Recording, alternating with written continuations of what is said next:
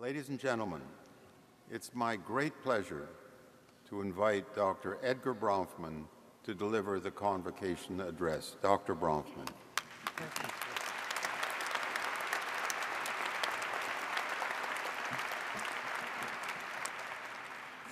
Thank you very much. You know, I live in America now, but every time I come back to Montreal, I realize that this is the place where I was born, educated, and where I became a college graduate, a graduate of McGill University. McGill is now synonymous with academic excellence, and I am proud that my alma mater is among the first educational institution in the world today. McGill's stellar reputation speaks highly of Montreal, of the province de Quebec, of the principal and vice chancellor of McGill, Heather Monroe-Blum. To get an honorary degree from a place where you went to school is not that easy, because you see, those people really know you. And when I was in the class of 51, I would have been somewhere down there, because my name begins with B, but I didn't think it was worthwhile going to a graduation after all. They'll mail it to you. And a friend of mine rushed upstairs and says, "Your father has never seen his son graduate. If he doesn't see you, he never will. So get your ass moving." And I kind of stuck in the line and managed to get my degree hand to hand rather than by the mail. Now, our family history goes back a long way with McGill. In 1941, my father gave a substantial gift to the school, and in recognition of his generosity, the university gave him a parking pass for the campus. Fortunately, in those days, I used to open his mail. And guess where that parking pass went? It may not have been what the university had in mind, but it certainly was what I had in mind.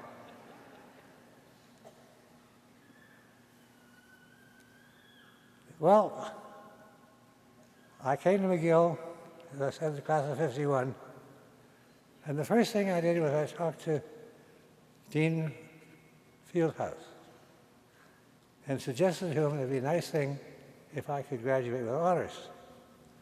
He said, "Oh, you're going to go into senior work?" And I said, "No, sir. I just want to be able to prove to myself and to a few people around me that I can do the work." Well, after a long negotiation, he finally agreed to let me do honors work. Now, of course, what I really wanted was stack privileges. And I figured I could get a lot more out of a college education if I could wander in the stack and just pick a book here and a book there than if I couldn't. And indeed, I began to work a little harder than I was used to working because of those tax privileges. I was always curious and also a bit rebellious. At McGill, the rebelliousness was, I think, mostly turned into motivation. I wanted to prove to my father and everybody else around me that I could really do the work.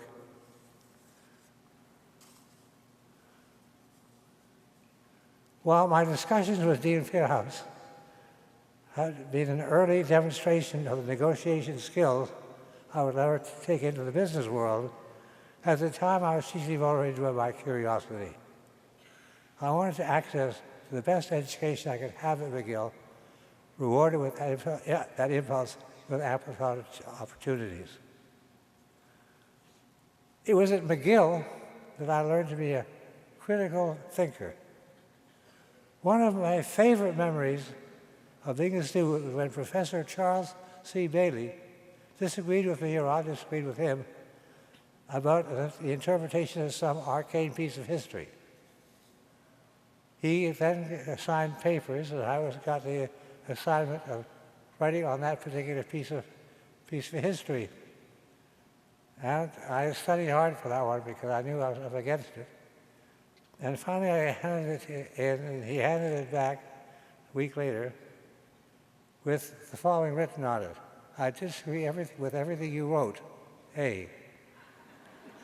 I thought, but I think I've used that story very, very often as an exemplar of what good teachers can do. Because you can imagine how I was buoyed by that remark into continuing to do that kind of work.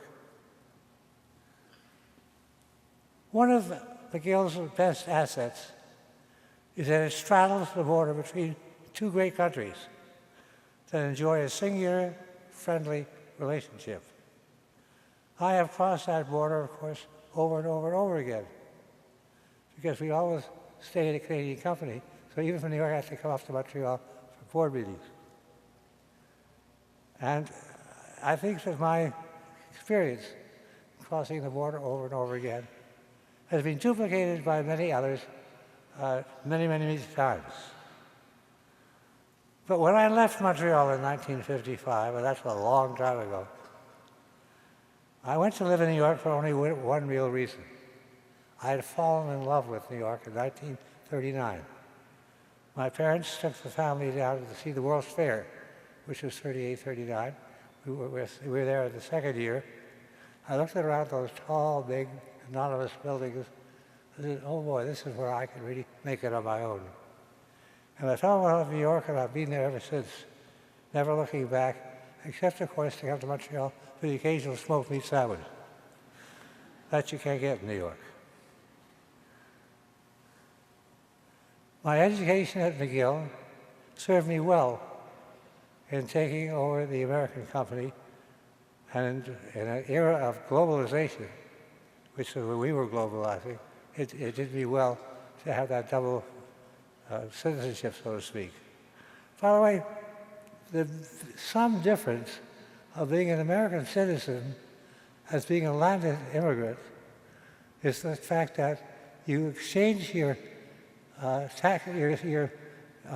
jury duty for the right to vote. And you think about that, I would have had to go to all those endlessly stupid jury duty meetings to get out of them if I had stayed a Canadian citizen. But that's a whole other story. But I do remember I asked the judge who had made me a citizen to come to have lunch with my father and myself. And as we sat there, I saw a little tear coming down my father's right cheek. I said, Father, what is it? And he just looked at me sadly and said, Canada has been awfully good to our family. And he really regretted my decision. And if I had to do it all over again, I'm not sure I'd do the same thing, but we never get that opportunity in life.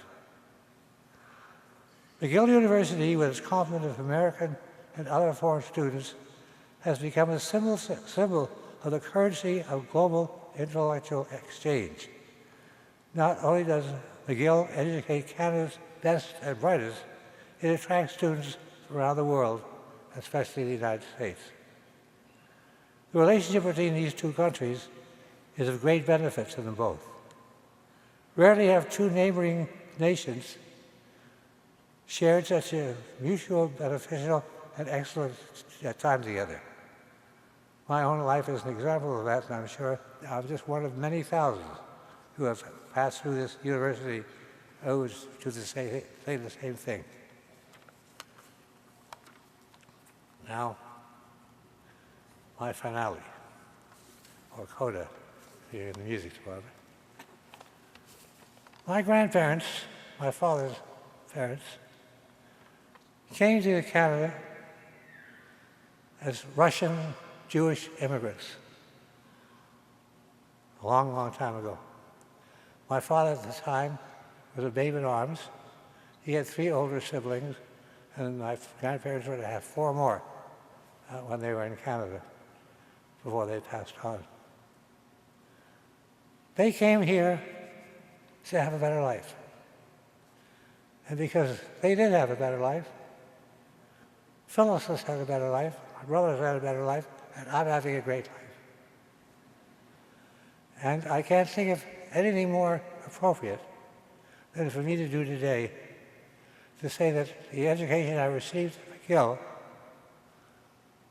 helped me when I immigrated to the United States to lead my own star there. So if, with the permission of the Vice Chancellor and Principal, I would like to dedicate this honorary degree to the memory of my grandparents who had,